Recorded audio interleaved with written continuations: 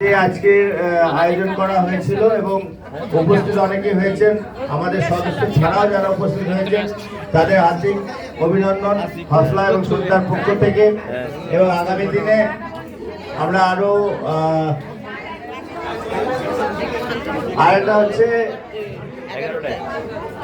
ঠান্ডাটা একটু পড়েছে তো চা স্ন্যাক্স কিন্তু আছে, সেটা কিন্তু নিয়ে নিতে পারেন আরেকবার।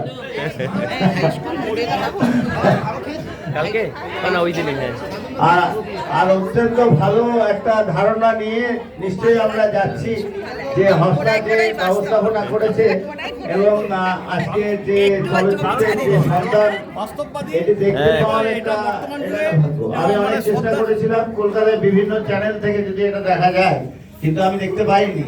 এই একমাত্র এখানে এসে এই সিনেমাটা দেখতে পেলাম, না সেজন্যই দেখতে পাইনি আগে।